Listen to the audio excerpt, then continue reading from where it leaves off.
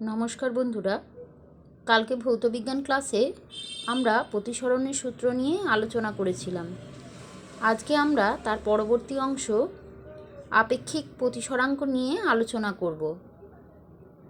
আপেক্ষিক প্রতিসরাঙ্ক কাকে বলা হয়?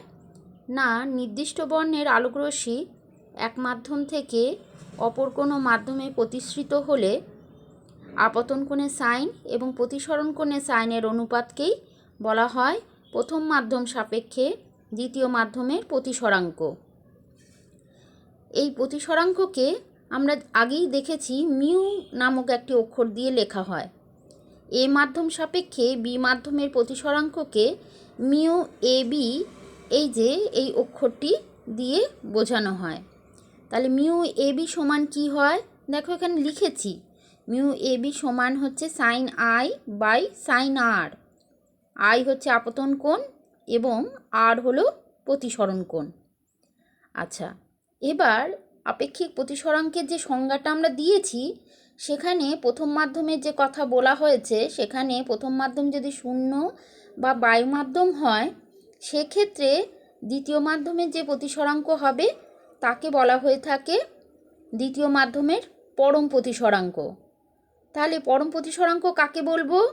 না, শূন্য বা বায়ু মাধ্যম থেকে আগত নির্দিষ্ট বর্ণের আলোকরশ্মি অপর কোনো নির্দিষ্ট মাধ্যমে প্রতিসৃত হলে আপতন কোণের সাইন এবং প্রতিসরণ কোণের সাইনের অনুপাতকে দ্বিতীয় মাধ্যমের পরম প্রতিসরাঙ্ক বলা হয়।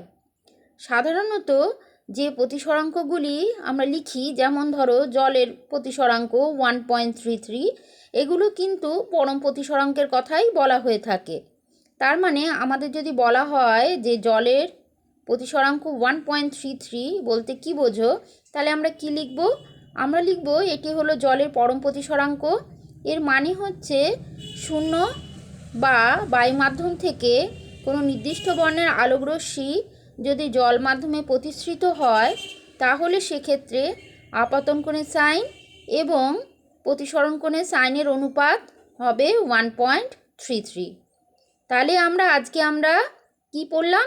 না, আপেক্ষিক প্রতিসরাঙ্ক কাকে বলে এবং পরম প্রতিসরাঙ্ক কাকে বলে।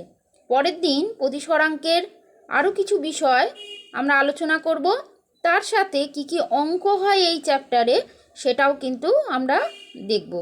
তাহলে তোমরা ততক্ষণ খুব ভালো থেকো এবং নমস্কার।